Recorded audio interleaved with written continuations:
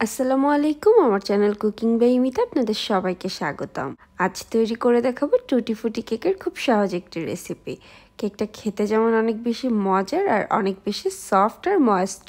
মাত্র 2টি ডিম দিয়ে চুলায় খুব সহজে কেকটি তৈরি করে নেওয়া যায়, আর এটা দেখতে একদম দোকানের মতো, তবে খেতে কিন্তু তার থেকে অনেক বেশি মজার। আমি আশা করছি আমার আজকের রেসিপিটি আপনাদের ভালো লাগবে। এখন কথা না বাড়িয়ে পুরো রেসিপিতে চলে যাচ্ছে। টুটি ফুটি কেক তৈরি করার জন্য প্রথমে এখানে আমি নিয়ে নিয়েছি হাফ কাপ টুটি ফুটি। এখন এর সাথে দিয়ে দিচ্ছি 2 টেবিল চামচ ময়দা। ময়দাটাকে খুব ভালোভাবে টুটি ফুটির সাথে মিশিয়ে নিচ্ছে। এভাবে ময়দাটাকে মিশিয়ে নিলে যখন কেকটা তৈরি করা হবে, টুটি ফুটিগুলো শুধু কেকের নিচে পড়ে থাকবে না, টুটি ফুটিগুলো সম্পূর্ণ কেকের ভিতরে খুব ভালোভাবে ছড়িয়ে ছিটিয়ে থাকবে। ভালোভাবে মিশিয়ে নেওয়ার পর এখন এটাকে একটা সাইডে রেখে দিচ্ছি। আর এখানে একটা বড় বলে নিয়ে নিচ্ছি 2টা রুম টেম্পারেচারে থাকা ডিম। যদি ফ্রিজের ডিম ইউজ করেন, অবশ্যই ডিমগুলোকে আধা ঘন্টা আগে ফ্রিজ থেকে বের করে রাখতে হবে, তারপরে ইউজ করতে হবে। এখন একটি ইলেকট্রিক বিটারের সাহায্যে ডিমগুলোকে খুব ভালোভাবে বিট করে নিচ্ছি। অল্প কিছুক্ষণ বিট করে নেওয়ার পর এর সাথে দিয়ে দিচ্ছি চিনি। আমি এখানে 1 কাপের একটু কম নিয়েছি, 3/4 কাপের মতো। তবে মিষ্টিটা চাইলে কিন্তু আপনারা কিছুটা কমিয়ে বাড়িয়ে ইউজ করতে পারবেন। এখন চিনিটাকে অল্প অল্প করে দিয়ে খুব ভালোভাবে মিশিয়ে নিতে হবে। আমি অল্প অল্প করে দিয়ে এটাকে বিট করে নিচ্ছি। আর আমি এখানে ইলেকট্রিক বিটার ইউজ করেছি, তবে আপনারা চাইলে কিন্তু হ্যান্ড উইস্ক দিয়েও এই কাজটা করে নিতে পারেন। সেক্ষেত্রে সময়টা একটু বেশি লাগবে। আমি চিনিটাকে খুব ভালোভাবে বিট করে নিয়েছি। যখন চিনিটা সম্পূর্ণ গলে গিয়েছে, এখন এর সাথে দিয়ে দিচ্ছি হাফ কাপ সয়াবিন তেল দিয়ে এটাকে আরো 1 মিনিটের মতো একটু বিট করে নিচ্ছে। এখন এর সাথে দিয়ে দিব শুকনো উপকরণ। আর শুকনো উপকরণগুলোকে অবশ্যই চেলে ইউজ করতে হবে, তাহলে ব্যাটার লাম্পস তৈরি হবে না। এখানে একটা চালনি নিয়ে নিয়েছি, দিচ্ছি 1 কাপ ময়দা, 1 চা চামচ দিয়ে দিচ্ছি বেকিং পাউডার, 2 টেবিল চামচ দিয়ে দিচ্ছি গুঁড়া দুধ। গুঁড়া দুধটা অপশনাল, হাতের কাছে না থাকলে না দিলেও চলবে, তবে দিলে এটার টেস্ট অনেক বেশি ভালো আসবে। খুব সামান্য একটু দিয়ে দিয়েছি লবণ। এখন শুকনো উপকরণগুলোকে চেলে নিচ্ছি। আর শুকনো উপকরণগুলো একবারে না দিয়ে আমি 2 বারে মিক্স করে নিব, সেজন্য হাফ দিয়ে দিচ্ছি প্রথমে। আর এখানে আমি ইলেকট্রিক বিটারের একটা কাঁটা নিয়ে নিয়েছি, সেই কাঁটা দিয়ে এটাকে মিক্স করে নিচ্ছি। তবে আপনারা চাইলে কিন্তু স্প্যাচুলা বা হ্যান্ড উইস্ক দিয়েও মিক্স করে নিতে পারেন। অর্ধেকটা শুকনো উপকরণ মিশিয়ে নিয়েছি, এখন বাকি অর্ধেকটা দিয়ে দিচ্ছি। এখন এটাকেও মিশিয়ে নিব, তবে মিশিয়ে নেওয়ার সময় খেয়াল রাখতে হবে যে কোনো একটা সাইডে ফোল্ড করে করে মিশিয়ে নিতে হবে, তাহলে ব্যাটারের ভেতরে বাবল তৈরি হবে না। আর ব্যাটারটাকে ওভার মিক্স করা যাবে না। যখন সবকিছু খুব ভালোভাবে মিশে যাবে, তখন মিশিয়ে নেওয়া বন্ধ করে দিতে হবে।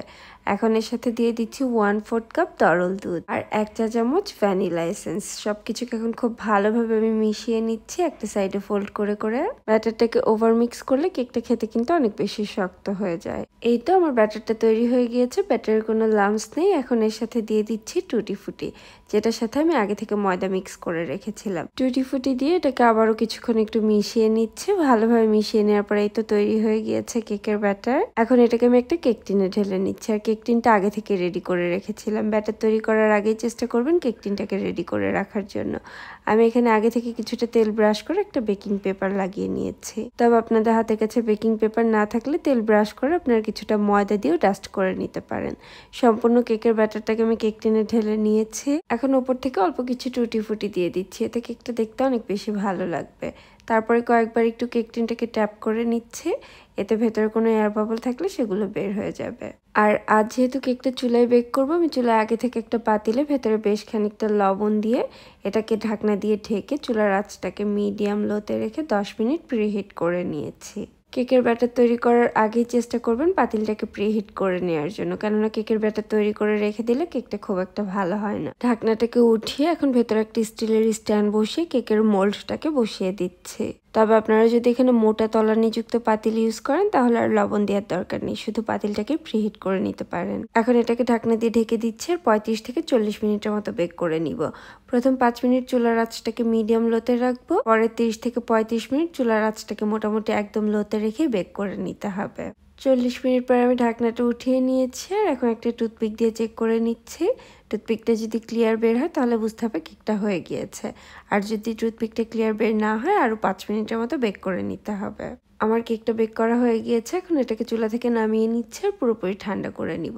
তবে আপনারা চাইলে কিন্তু কেকটা ওভেনে বেক করতে পারেন। সেক্ষেত্রে 180°C তাপমাত্রায় প্রিহিটেড ওভেনে এটাকে 40 থেকে 45 মিনিট বেক করে নিতে হবে। কেকটা পুরোপুরি ঠান্ডা হয়ে গিয়েছে, কেকটা দেখেই নিশ্চয়ই বুঝতে পারছেন এটা কত সুন্দরভাবে বেক হয়েছে।